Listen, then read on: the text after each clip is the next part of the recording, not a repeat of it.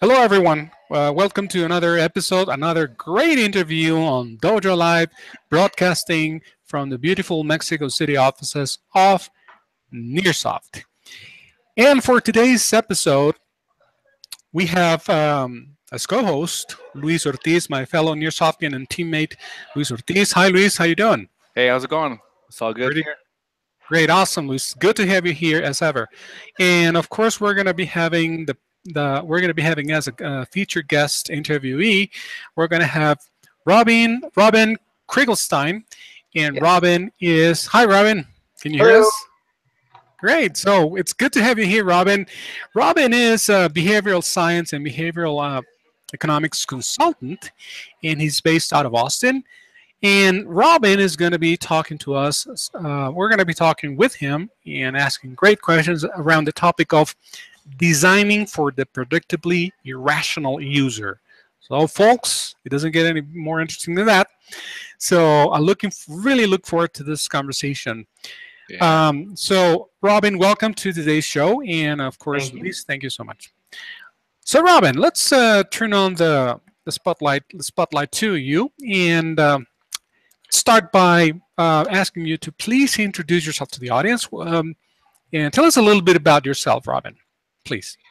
Sure. Yeah. Well, so as you said, my name is Robin Krieglstein, and this issue is my life's obsession for decades since I was very young. The question of why do humans screw up so much, and what do we do about it, right?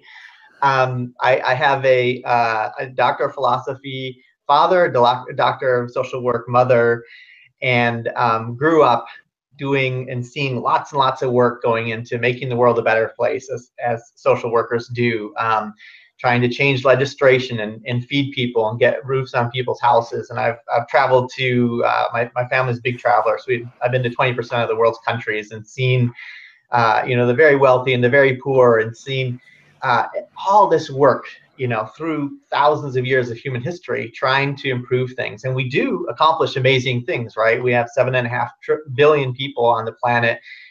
We have, people have been to the moon and robots to Mars, and we have these crazy things in our pockets with all the world's information, and yet we have, so much that still we're struggling with as humans. We have so many people in poverty. We have issues with sustainability, with our health, with our fitness, with so many of our resources are spent towards products and programs and initiatives that don't really meet their potential, and don't and so it became, to me, early on in life, a question of so there's a sort of the story of somebody standing at a riverbank, and they see somebody drowning, and they jump in and pull that person out just in time to see somebody else drowning, and they jump in and pull that person out.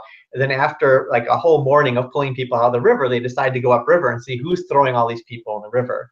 Well, that's where my father and the philosophy conversations came in, and discussions around science and psychology, and with my 5 brothers is, what is it about humans that has us continuously repeat these same mistakes over and over again, and lead to so many so many failed product launches, so many failed attempts to make the world a better place. And to me, it really it became clear early on that it had to do with something about the gap between what people intend to do and what they actually do, this intention behavior gap. And there at the time seemed to be a lot of information about why the brain behaves so strangely.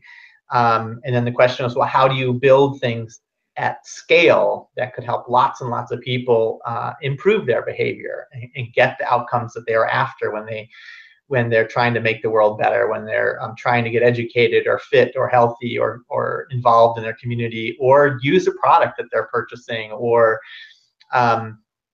and that was really what got me to where I am today, which is to be doing that consulting for very large companies and nonprofits in the spaces of, usually in healthcare and fitness and sustainability and education and these social good areas. But the basic principles exist across the board. Great. That's great, Robin. I appreciate your intro. And the next part would be I'd like to ask you about your chosen topic of the day, which is designing for the predictably irrational user. I'd like to ask you why you chose this particular topic, why you thought it was something that might be interesting to talk about, and then we'll go from there. Yeah, so it's really a step from what I was just talking about. When you start to dive into why humans so often fail to succeed, even when a company puts millions of dollars and their brightest people into building something, or a nonprofit, or a government, or whoever. So often, how many pieces of software have you installed and uninstalled from your phone in the last year? Right? It's extraordinary the number that you tried, and you're like, why did they build this? It's terrible, right? And then we ourselves are doing the same thing. Those of us that are involved in products and programs. Same thing with, we look at so many government programs, or services, or this in the U.S. at least, there's this explosion of storage units of physical products that are being built and then just being stuck in stored in people are renting space to put all these weird kitchen gadgets and things that they thought they needed but don't really work. And the question is, how is that possible? Really, every industry has been really getting very serious about this lately. You've got the insurance companies saying, the biggest expense is not the treatments, or the biggest way to save on expenses would be getting people to actually eat better and exercise. Those are where all the biggest illnesses come from now.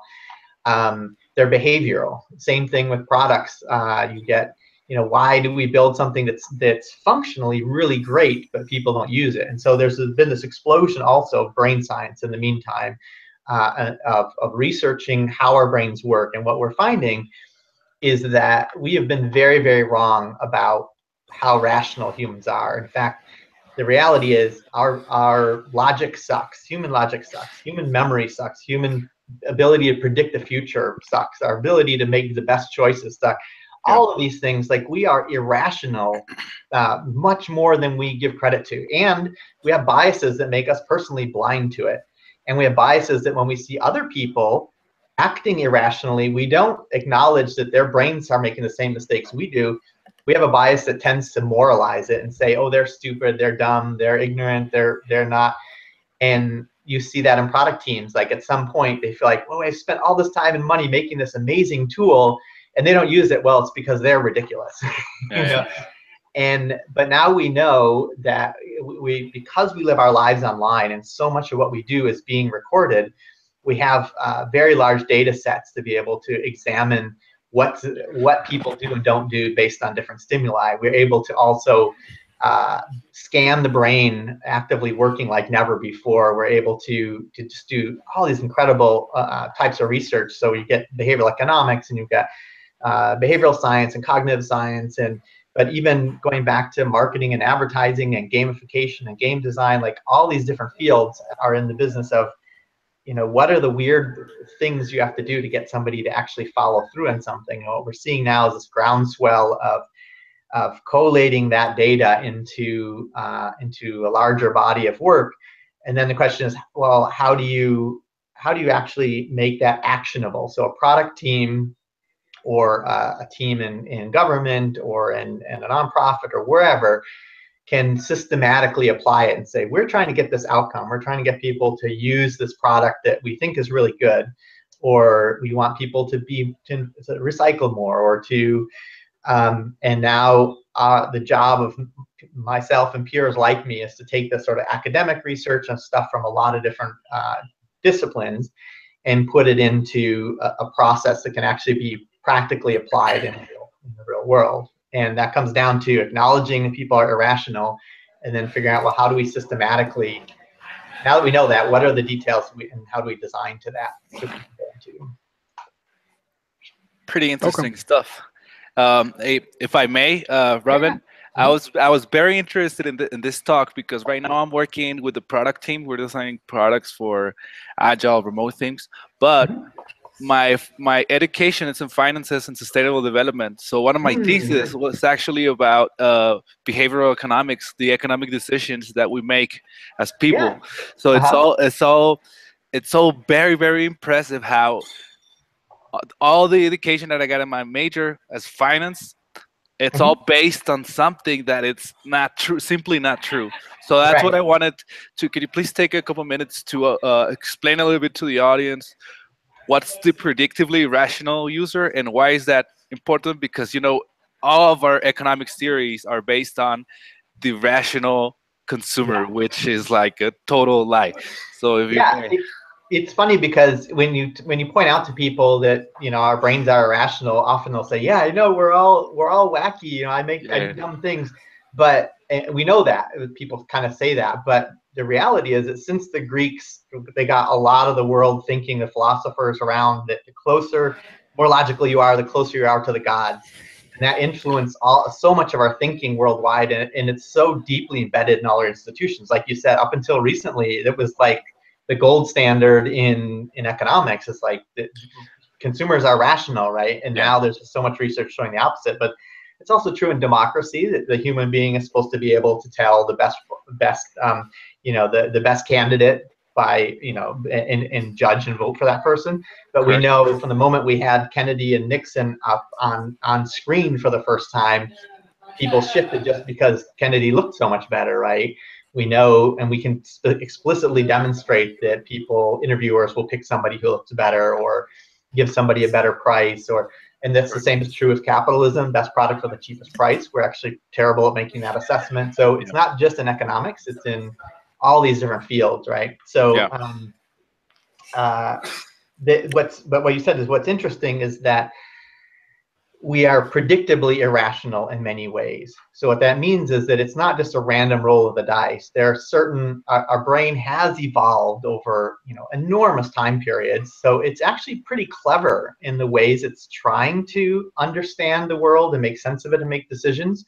And these biases are often clever ways of being efficient with energy to make a decision or make a conclusion that happens to be really wrong 10% of the time. And we're at a state in of the sort of evolution of society where that 10% starts to really matter. The places where that 90% works really well, we've been building this amazing society around, but now we have too many calories accessible. So the part of our brains that we're optimized on getting as many calories as possible is actually that's a bad bias to have now.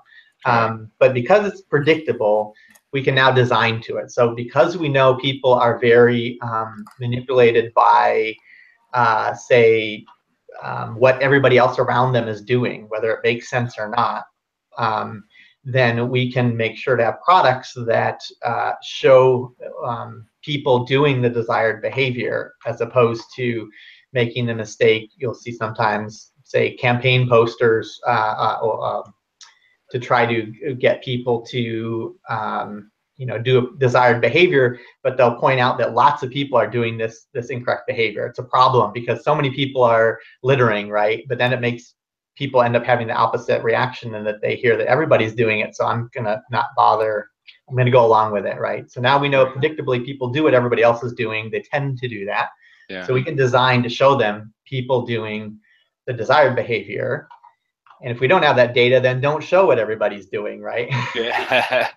Yeah, that's what you want trying to accomplish. Well, then don't show it. Yeah, Right. that's That's where correct. social in products is so powerful. Yeah, yeah. In my case, my study was about like the decision that artisanal fishermen, were doing on the coast of Hermosillo, Mhm. and they were depleting this crab population, and so we found out that they really didn't care about it. Like whatever rules we put, they wouldn't Mhm. care because their social needs weren't met before. And also at some point it was a matter of, well, if I don't do it, if I don't catch it, the guy behind me is gonna catch it. So why wouldn't I? Right. Right. Right. So I was wondering also on the description of your talk, you say that behavioral science is revealing how wrong our intuition is about human behavior. So what are those intuitions that we have that are wrong, that you can say, that you can tell us about? Yeah, What do we a lot assume of about them. it? Yeah. um, um, Yeah, so many of them. What's a good example? Yeah, let's take a Well, good I mean, example. yeah, the one I just gave is certainly good. But well, let me answer it this way: that the intuition that people are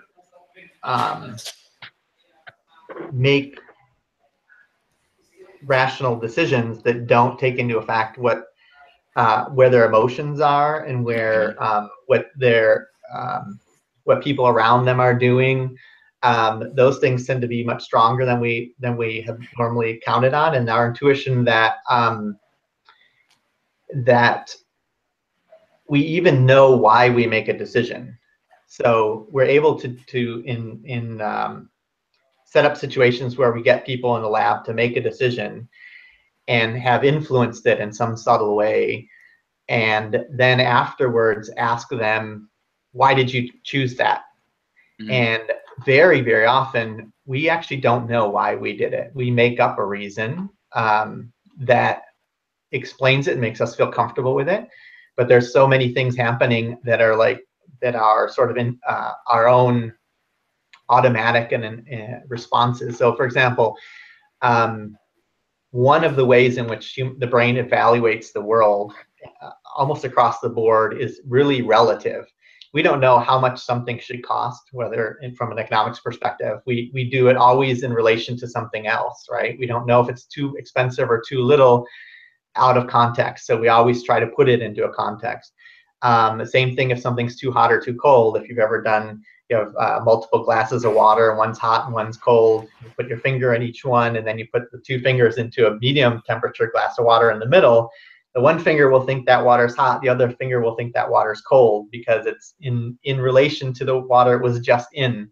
And so that tendency of the brain to always be looking at comparisons means that there's for example, a mechanism called priming, where you set up just before you ask someone to do something, you give them some information that sets what the baseline is, and then they're going to judge the new choice based on that baseline, so that they may judge whether something's too expensive or too little based on the number you said first. So sometimes that's why almost always prices have, here's the normal price, and we're giving it to you for this great discount of this amount. This amount is made up. This is not real. They're of course they're making a great profit on this discounted amount, but they have to say a higher number to get you baselining it here.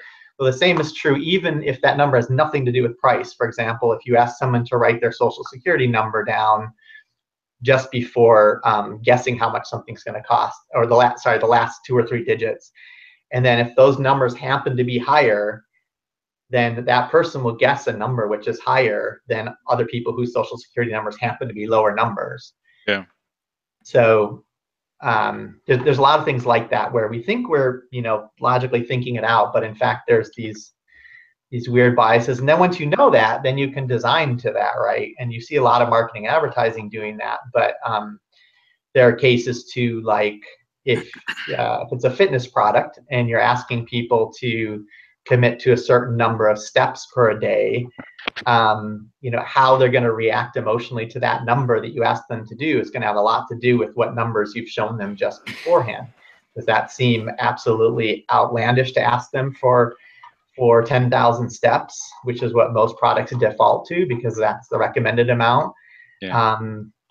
Yeah, because relative to the currencies most of us use, 10,000, which is sort of a common baseline, is just the numbers you normally work with in regular life. 10,000 seems huge. So if you let them know that other people give them some other numbers before, it can make that number feel more reasonable. Nice. I could go on and on. There's there's so many of those. Yeah, I can imagine. But well, I can tell you guys are really passionate about the subject, so please feast away on it. Feast away. There you go. Great. So Robert, I'm also like, go ahead. I can share sort of a systematic one tool that's systematic that you and the audience can take away in thinking, because these kind of individual examples, like you can't. If you go, for example, to search cognitive biases online, you'll find a list of like 1,000 of them. Wikipedia has just an insane amount, and some of them are the most important. There are like maybe 20 or 30 that are the core ones that come up again and again. But there are 1,000 of them, and it's still counting. So that's a problem with behavioral economics in general, is that it's a bit hard to design to, because you don't know which one of those is going to apply, and it almost. But what we do in behavioral design is try to figure out a systematic way, and one tool for doing that is called emotional ROI. So the inner part of your brain, the oldest part of your brain, is really just an emotional engine. It's always assessing the environment and trying to decide danger and opportunity, and then quickly respond to that. So this sort of primal life is constantly running from dangers and looking for food and resources and safety, and shifting. Emotions are about shifting into a fight or flight or other kinds of modes to be able to function best. And so these emotions tend to be positive or negative to encourage, be prepared for, and encourage certain kinds of behaviors, to approach positive, rewarding things, and to be able to defend against or flee from, fight or flight from dangerous things. And so that part of the brain is actually much more powerful, the one that scans the world, looks for patterns, assesses danger, opportunity, and then quickly has an emotional response to be able to deal with that. And then later in evolution, the whole prefrontal cortex, right? Our ancestors had these sort of flat foreheads. Well, later in evolution, the brain grew out quite a bit, and it's very cognitively, it's actually very calorically expensive to run this part of the brain, and that's where all the thinking and cognition happens. And so that's the part of us that we think we're so rational, right? But all that investment barely controls the emotional part. When it really comes right down to it, it's really the emotions that are making most decisions. And we know that because, especially because we've had some people who have the emotional part of their brain really damaged. And you would think, okay, they would behave like Spock or Data and make these really rational choices, right? But it turns out they can't even choose their socks in the morning. Even when you are poring over spreadsheets for a long period of time and trying to decide on next quarter's budget with a group of people, in the end, a decision can't be made until all that logicking comes to an emotional feeling of this is the way we should go, this way or that way. And so what happens is, it's helpful to then just think about moment by moment, your brain, or your user's brain, is trying to decide what's the best emotional outcome for the least cost that's available to me now. And that partially is, do I stick with the product or program or thing that's in front of me, or do I go back to Facebook or Instagram or whatever it is that my options are? And so your product, you have to always be thinking about, what am I emotionally giving back? It's not enough to be a tool. You have to also be designed for engagement. And so you might see in my background, I came up through Leapfrog Toys, and one of the big design philosophies there was constantly to say, okay, well, the product is very, is the product academically rigorous? Is it doing its stated purpose? Is the utility there? And then if you said yes to that, then they would say, well, but is it fun? Is it engaging? Is it? And then so the demand was really on every designer to both have high utility and high engagement. You're fully responsible to make sure the child wants to stick through. And then we went into older and adults as well. And that really carries through to the most successful products now. It's like every click along the way, what's the balance of emotional reward? Can you see that? Emotional reward to emotional cost, emotional effort. So if my reward at every single click, every action I'm asking for is higher than the effort I'm asking for, the balloon stays afloat. The person will continue to engage in your product. The moment the effort gets too heavy and outweighs the reward, then they want to bail. Robin, I'm sorry to interrupt, but would you mind raising the tablet a little bit, please? Yeah. It wasn't really showing. I mean, the complete. Okay, there you go. That's a lot better. Thank you. Yeah. So here's the balance. You've got sort of buoyancy of the reward, the emotional reward of taking part, and then if the reward is higher than the cost or the effort, And in both cases, it's emotional. So then they will stay, the balloon stays afloat. People will stick with your product. But the moment that the cost becomes and the effort becomes more than the reward they're getting, then they leave. And so that leads us to thinking moment by moment, click by click. So we often think of, if we're building a tool, the star here is the reward you get for sticking with this product, right? This is some reward in the future. But we have all this effort we want you to do along the way. Fill out this form, or you know, read this long document, or read this tutorial, or watch this video, whatever the product or program is. And then you'll get whatever the outcome is at the end, whether it's some utility. But really, you need to think about this. Dropping, for every effort you ask, you're dropping reward in between. And by reward, I mean emotional reward. So your brain, that can be everything from an aha moment to beautiful design to an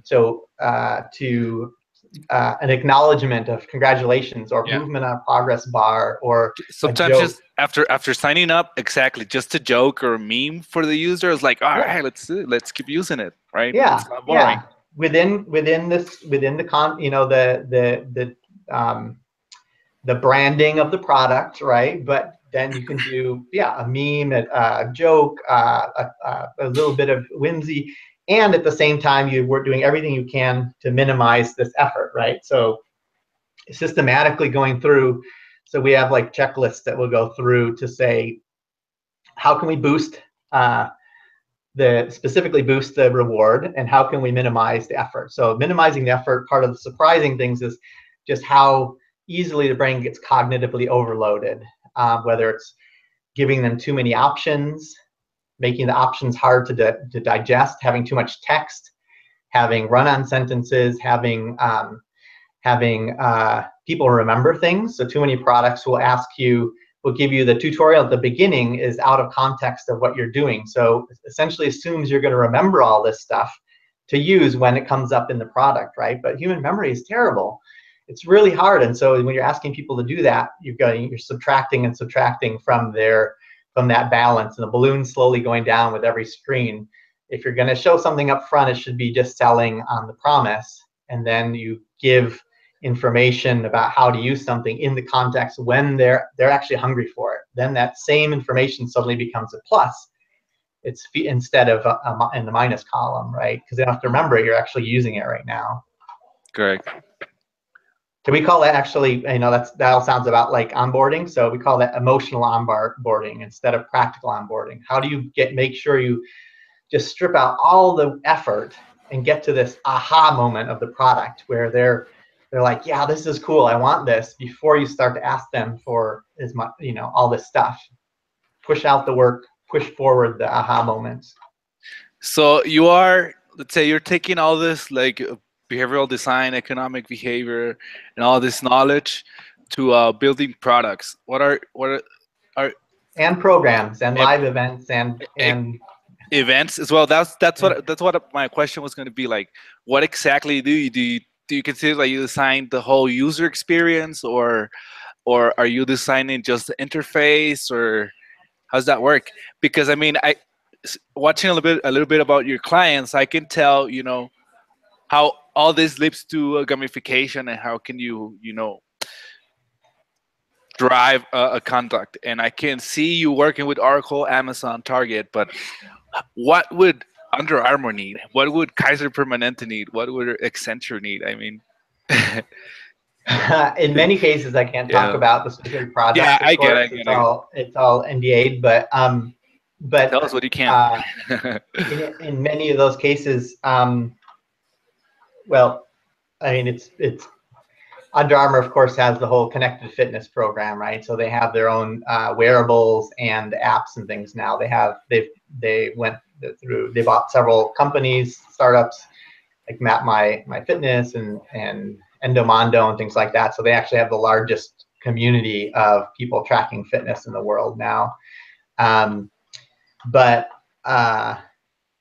regardless of if it's sometimes it's internal to a corporation, they will be if they're trying to help with their companies, or sorry, with their employees in employee education, for example. There are a lot of companies that need to, very aggressively keep their teams up to speed on new information.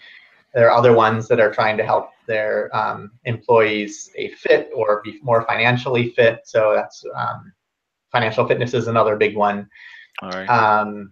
And then other ones, so it can be internally focused, and then it can be externally focused, whether they're products or programs or things that they're selling or trying to get consumers to engage in.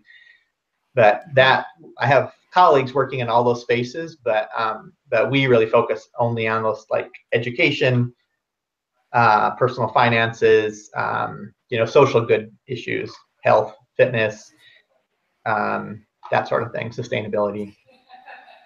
Nice. And I was wondering, do you do this? What kind of methodology do you use? Is this an experimentation thing? Is this, or? Yeah, so that's a good question. One quick thing that sort of answers both questions is that it's partially a mission for us and for many of my colleagues. So we're always trying to also train the teams so that they can use these methodologies themselves, and to be able to touch as many products and people as possible. We also tend not to go all the way into the full UX, but instead sort of be this additional source of information to help teach the other design teams. So that's how we often engage, is in trainings or workshops, and then by checking in and guiding the teams that are actually doing the hands-on deliverables.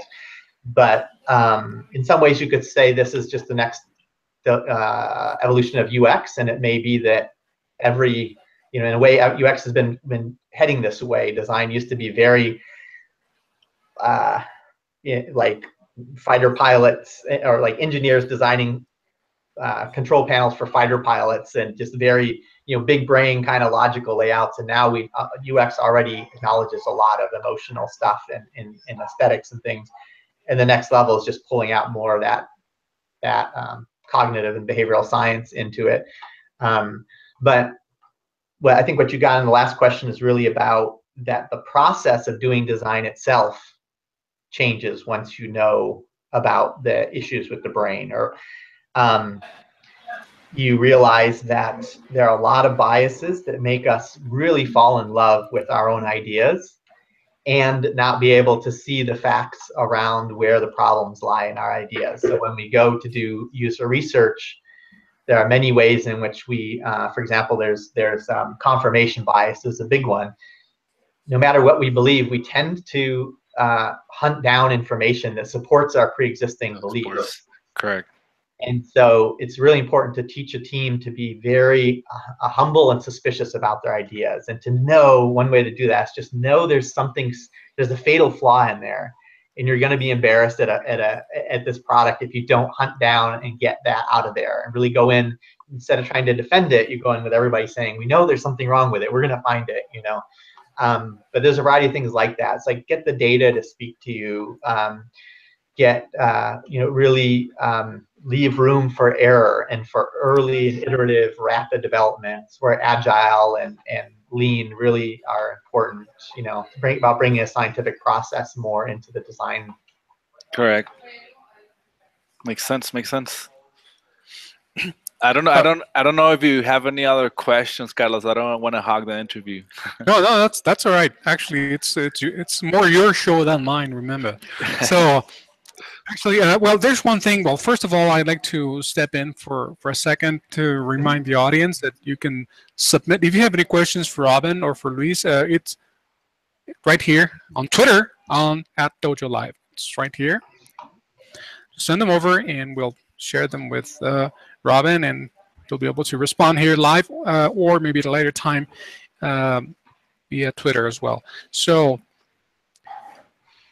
with that said, I have I was looking at something specifically that it's kind of although I'm not sure if the question is relevant or not, but I think I should ask this, and I'm reading out of the information that I have about the topic, and this is kind of intriguing.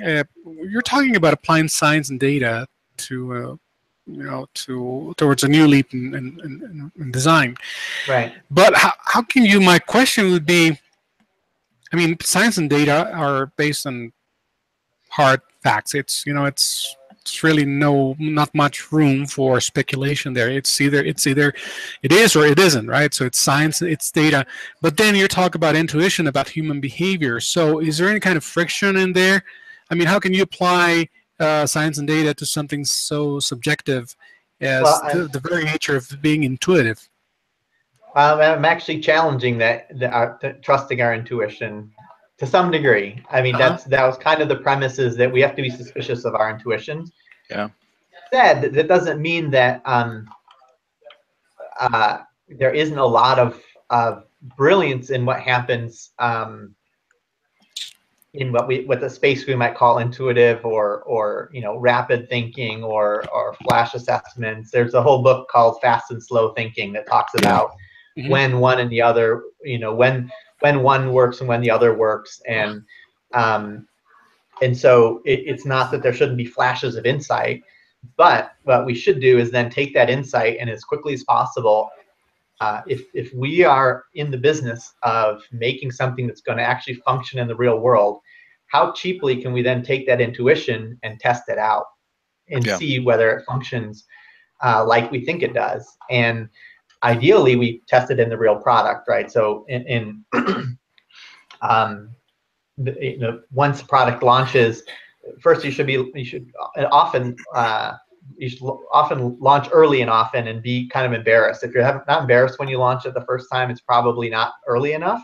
Yeah. Because you want to launch small and cheap so that you can, even if it's under a completely different name, just so you can see if it's functioning right, Yeah. if it's a test launch or something. But you won't. It's possible to then really constantly be A/B testing. You want to build anything that's technological where you can do that. Constantly be testing. Does this work? Does that work? In the real situation with the real audience, ideally. But until you get there, even paper testing up front just brings so much reality to your intuition suddenly. So when you have these sort of philosophical debates with the design team and around a table, and some people are saying we should do this, we should do that. It's like, okay, draw it on paper, make a test, and get out in front of real people and see. Or there's a lot of great ways to do that rapidly online now with loose wireframes and things like that. Correct. You can show mock-ups. And in fact, anything you take, the greatest ideas you have, even if you've done great competitive analysis and looking at comparable products and pulling in the best academic research and people who have great subject matter expertise, and that's all still going to be just a hypothesis, right? All the things that everybody in that table knows and is just what seems to have worked in the past, and that may completely not be true with this audience, in this situation, for this purpose, in this decade, or in this time of year even. We have in the lab that I participate in, one of our ex-members works in the Facebook data team, and they were telling us how they often now have to test things 6 months out from when they first validated that interface concept worked, because 6 months from now it may have stopped working or not be working as well, because say when the NSA leaks came out, for example, suddenly everybody was, the whole country, if not the world, had a different perspective on privacy, right? Right. We're seeing the ability to use flat design, for example, was only recently possible because of the sophistication of use of interfaces that the average person has become used to. So things like that are changing, rapidly. So testing that it really works. You don't know if it works until the real thing really hits the road, and you got to be prepared to start adjusting and readjusting that car while it's driving after it goes live. Right. Quick question. Mm-hmm. How much of your work is experimentation and how much of your work is like theory, what you know? I would say too much of it is theory, and here's why. Because too many teams are not designed yet to really absorb rapid iterative development and testing. There's you have the best absorbed in small startups, Yeah. maybe medium-sized startups, but as soon as the money gets bigger, Yeah. you have or it's a much bigger company, then the more levels of checks and balances above you have, the traditional model requires too many checks and balances to pivot. And Correct. so, there's if you spent $1 million or $10 million to get to that point, there's a lot of nervousness around shifting. So there's a whole shifting mindset around failure is okay. It's better to fail early and often and quickly adjust and not bet your whole career on having spent a year and X million dollars on it. Yeah, definitely. And we're seeing that shift, but it's not enough yet. But those are the ones that are, succeeding. You're seeing a lot of corporations that have like internal startup teams now that operate sort of independently and are able to do that. That's a good way to do it, huh? We're getting there. Yeah, we're Yeah. getting there. And you have to build also, you often have to build the infrastructure to be able to keep testing and iterating. The technology infrastructure can be too fragile to iterate a lot of stuff and to test. So two things: you have to be able to test, and it has to be cheap to be able to adjust things. And a lot of times, it's really, it's amazing how much progress you can make, improvements you can make just by changing copy. And yet, it's amazing how much software, for example, it's difficult to change the copy. You have to actually get engineers involved. And Yeah. True. That's true. That's true. I mean, I can get into the HTML file, but no, you need to go through the engineers and send a ticket, and it'll get backlogged and all that. Yeah, that's true. So it's good to think about that stuff up front. How do we design so that those kinds of things are easier to do? Yeah, definitely. And even like early on, you can do things besides paper testing. You can even take products that are similar. How can we rejigger them to sort of fake up what we're trying to do, and test it, and then let people use it for this purpose? We have just 10 people for a day or a week or an hour, and a lot of times early on, those give you just such doses of reality, even though it's really this like hacked together prototype. But that kind of stuff helps you start to zone in more and more on the correct solution for later on. Right. How is there any collaborations amongst the Behavior Design Lab and the D School in Stanford, like all the other design school and everything? A lot of overlap, yeah. Yeah, because these are topics that really resemble. Yeah. Very much. In some ways, almost every field is beginning to leach into this because they've been burned too many. Everybody's been burned too many times in the past. Yeah. And saying, I mean, we thought we were doing it right. What's wrong? And then you start to dig in. You realize, well, the humans involved in the process haven't been as rational in the decision making, either in making it in the first place or in using it afterwards. And so they're all hunting around, saying, well, what else can we learn from? And so in some ways, marketing and advertising and salesmanship almost has the longest lead time in knowledge about the weird ways the human brain works.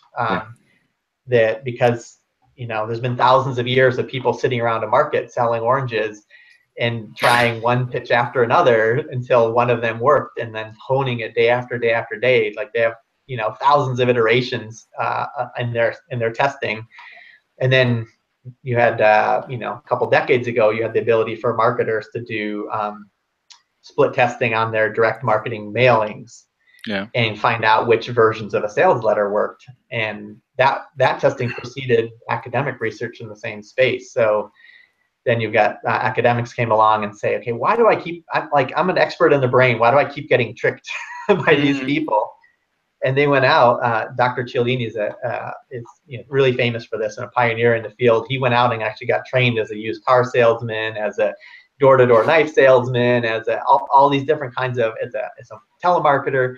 And then he took the techniques back to the lab and formulated them into tested them out and see which ones really worked, and formulated them into his 6 tools of methods of persuasion, Cialdini's 6 methods of persuasion, which are very powerful, very insidious if used in the wrong way, but it's better for all of us to be aware that we can be manipulated that way and use them for good, as opposed to, one of them is that social thing. Yeah. Um, And and this might be a weird question, but what academic field realized this before, or before the rest of them?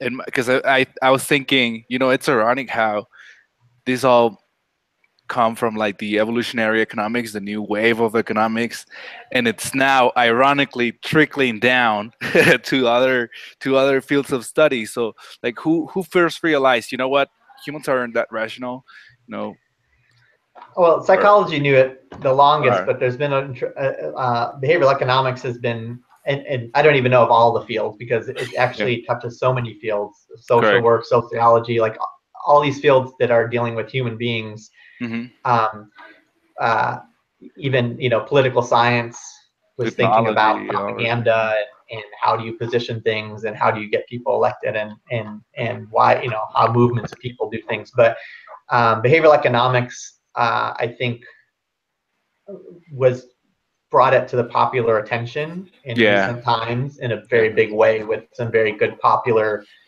uh, um, focused books yeah, and efforts. It definitely. had some good spokespeople. Yeah, and it's something that we can all relate to. Like the 2008 brought attention to it, definitely.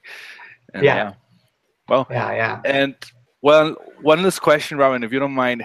How does somebody get to be a behavioral economics or behavioral design, gamification consulting, all that?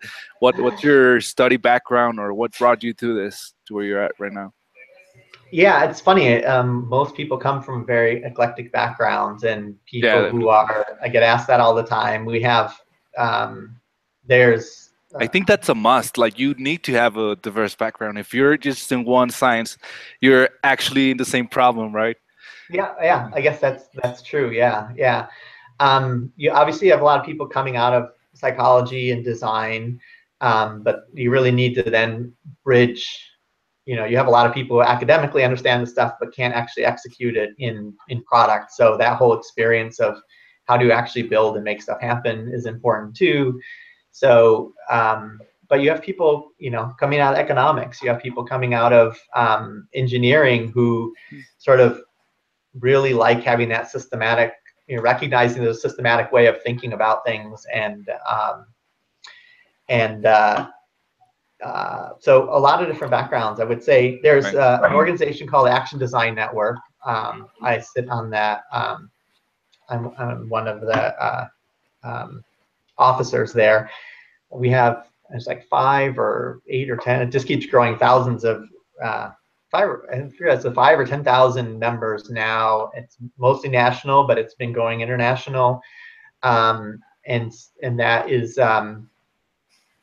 uh, has meetups in a whole bunch of cities. Here in Austin, I started the one. We have like 1,500 members now. So it's a great place to meet other people who are interested in it and get talks. And there's a bunch of books on my site. You'll see there's a resources section with some of the major books to read on the subject. And they're increasing podcasts and things. There's no clear path. It's just about consuming as much as you can and beginning to practice it wherever you're working and Yeah. starting to say, hey, let's keep an eye on the way we're being irrational and can adjust for it. Cool. I mean, we were just in Austin, and man, I'm gonna make sure to look for you next time we're there. This Oh looks yeah, for sure. Definitely this looking looks at. great. Right. Well, I guess, Carlos, I think we're out of time. I don't know. Well, it's Yep. almost out of time, but I don't know if you have any more questions, something, some topic to talk about. No, not at all. Actually, there's only a few minutes left, but Mm. I guess that the only thing left for me to do is simply ask Robin to come to leave our audience with some final words of wisdom for today's talk. And if you don't mind, Robin, um would you mind?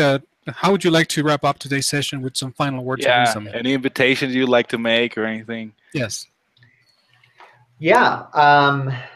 Well, certainly look up the Action Design Network. Take a look at our site, liveneuronlabs.com, for resources and blogs. Feel free to reach out to me if you want to talk about anything or get connected to any of these groups. But keep remembering that you can't ever just build something purely for the utility. It has to also emotionally engage your audience. So constantly be stripping out complexity, make things simpler, simpler, simpler, and always be looking for ways to add surprise and delight and help people feel good about what they're participating in moment by moment, because otherwise people aren't going to use your stuff. Yeah. All that work for nothing. Yeah. Hey, And I have. watch, really watch the Go things ahead. that are successful, and notice how often it's amazing. We have a very long list that we operate off of little ways to add little bits of essentially dopamine dropping whenever your brain's like, aha, ooh, interesting. Watch everything you look at that engages you. What is it that made the dopamine drop? Watch movies, Yeah. TV, music, the apps, the people, clothing, like it's all around us. What is it that makes your brain pop, and how can you use that in what you do? Yeah. It helps to like think of what makes you, or what do you think it makes you do what you're doing, right? Yeah. And one last question: what if I would like to know more about like the gamified goal achievement social network that you talk about? We never talked about it, but it seems good.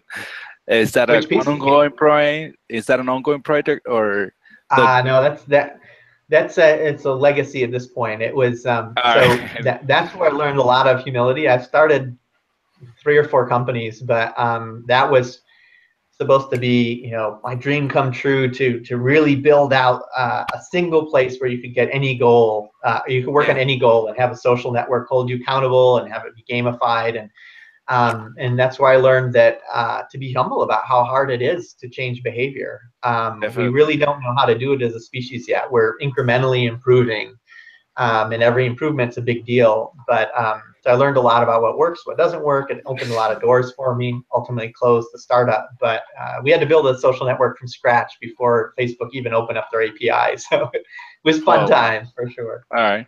Definitely. Yeah. We're like that. Well, And for those of you who are watching, or will be watching, because this has been recorded, and this interview is going to be available on DojoLIVE's website. And for the record, if all the contact information for Robin is going to be in there, so if you want to follow up on what Robin has touched on today, feel free to look it up on dojo.nearself.com on episodes, and he'll be right there. So, Robin, the only thing left for me to do is a big, warm, heartfelt thank you for having agreed to be here with us today. And of course, Luis, thank you as ever. We couldn't do this without you, and so we really appreciate you, both of you, for having been here with us today. And we look forward to our next. The next time that we get together here on Dojo Live. So, folks, thank you so much, and you have a wonderful day. And thank you, Robin. Thank you, Luis. thanks for inviting me. Thank you. Take care. Thanks for having me. Thank you. Goodbye. Bye.